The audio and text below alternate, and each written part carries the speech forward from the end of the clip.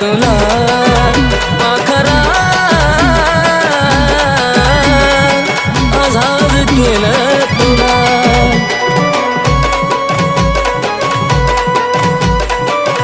रेशमा ताई, हे कुठे ठेवू?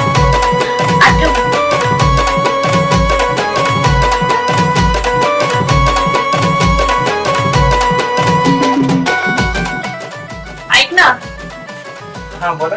तू आहे ना मला ताई म्हणू नकोस. मला चांगलं नाही वाटत. माझ्या नावाने हाक मारत जा.